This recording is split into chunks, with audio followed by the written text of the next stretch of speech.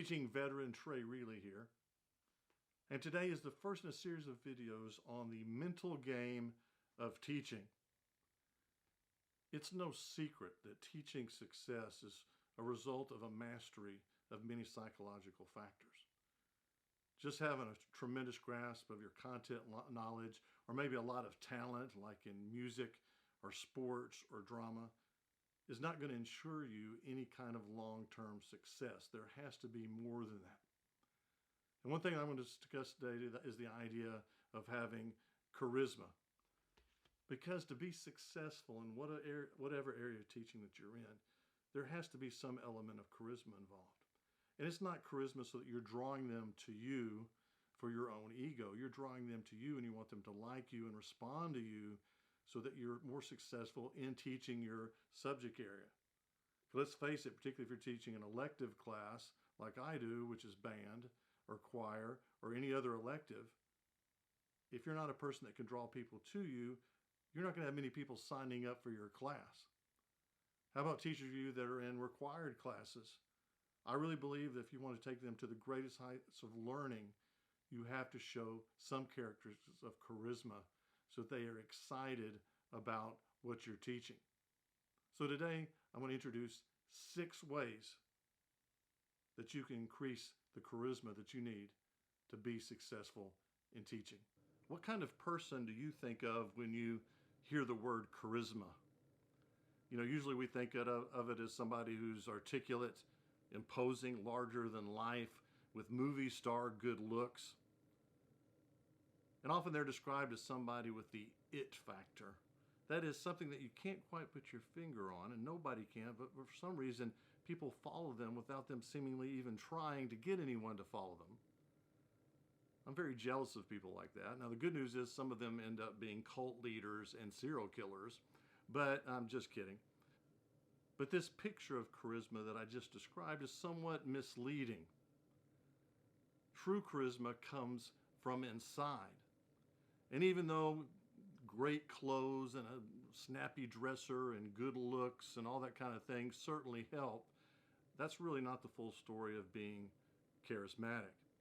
In fact, the qualities that we have to be charismatic are indeed very, very learnable. So today I'm going to cover 6 things that anyone can do. And you, like me, might not be born with movie star good looks and all the things that you just have to have naturally. Number 1, you have to have the proper mindset. And this is kind of the mindset that covers everything we talk about today. And that mindset is that when you walk into a room of people, your first thought is not, here I am, it's there you are. Your interest is immediately in other people. And you lose that self-consciousness about what people are thinking about you, and you show an interest in them. One easy way to do this is to stand outside your classroom door to greet each student as they come in. And there's all sorts of fun things you can do with that as well. One time, I don't know if you've ever seen a vuvuzela. I'll show a picture of it right here. Or it's somewhere. And I blew a little terrible sounding fanfare on it as each student entered and introduced them. You know, Daniel Davis has arrived. And although I know some of the kids were kind of embarrassed, overall we had a lot of fun with it. And I think they took some pleasure in getting that individual attention and recognition that they had arrived in class. Number 2, be present. In 1988, I had the opportunity to meet former President Bill Clinton when he was the governor of the state of Arkansas. He was speaking at a Kiwanis meeting. And after the meeting, people were lining up to talk to him. It became my turn. I went up to him. We shook hands.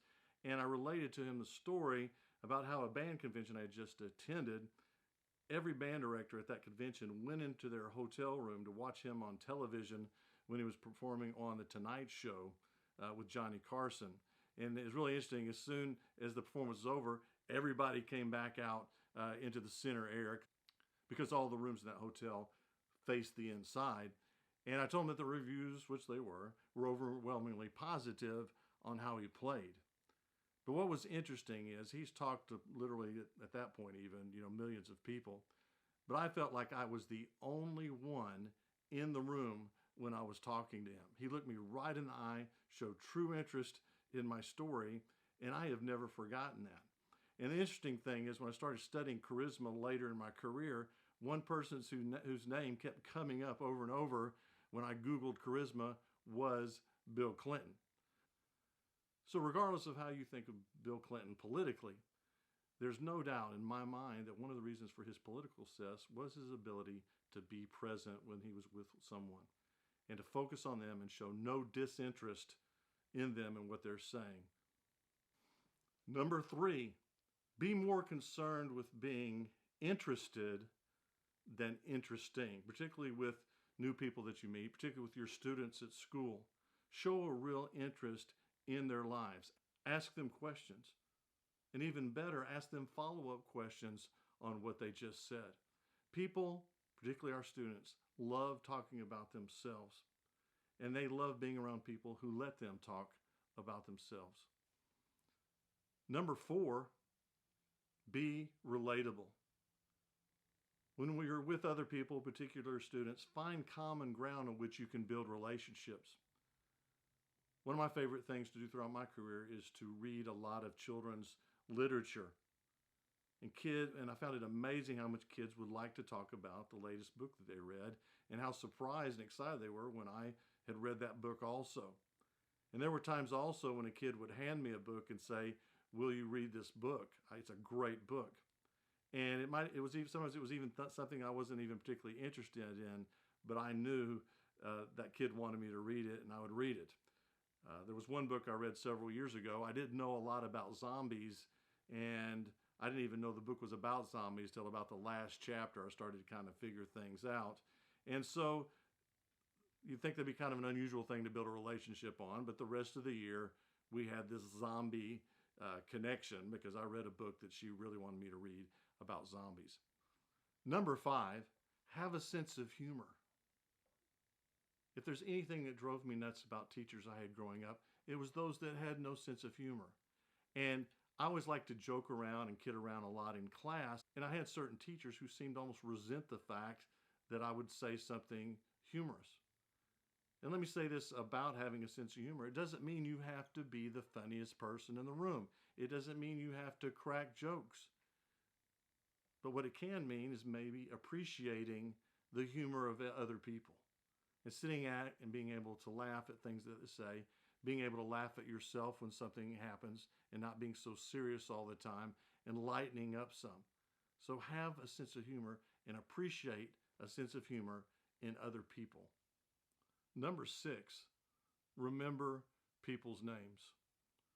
I know I find this particularly challenging, but the great news is there are steps that you can use to get better at remembering people's names. I think probably one of the simplest ones is when you meet somebody, focus at the very beginning. Usually they say their name at the very start, and don't quite have our listening ears on. So focus at the very beginning. I'm always so impressed when somebody seems to remember my name after a long period of time, and then of course I feel terrible when I can't remember theirs. But there are ways to get better at this. One way is just to make sure that whenever you meet somebody new, that you really focus. A lot of times we're not really focused in on a person in a conversation until several seconds into it. And of course, before that is when they say their name. So put on the listening ears very, very quickly. Listen to that name. And then repeat it when appropriate. Say, "Nice to meet you, John." And then during the conversation, make sure that you're very, very present and not thinking about things that you're going to say in response to what they're going to say. Stay focused on that. And then when the conversation is over, make sure you say their name again as they're leaving. You say, "Goodbye, John. It was great to meet you." And of course, that sounds very simple, but it does work. Now, if it doesn't work quickly for you, there are many other things on the internet. Just Google it, and you'll be able to find plenty of ways and little tricks of the trade in remembering people's names. I hope you enjoyed today's video. Remember, we're going to have 52 videos in 52 weeks on a real variety of subjects. Please check subscribe and like, and just check in every week and see what video I've got for you. Thank you.